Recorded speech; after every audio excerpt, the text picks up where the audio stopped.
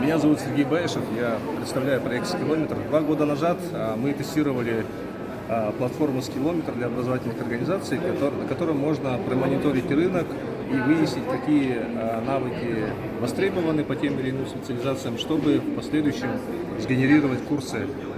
А на данный момент мы разрабатываем вторую платформу, вернее, мы уже завершили, для корпораций, которая автоматизирует процессы подбора персонала и последующего обучения, для того, чтобы сократить расходы на подбор и на обучение.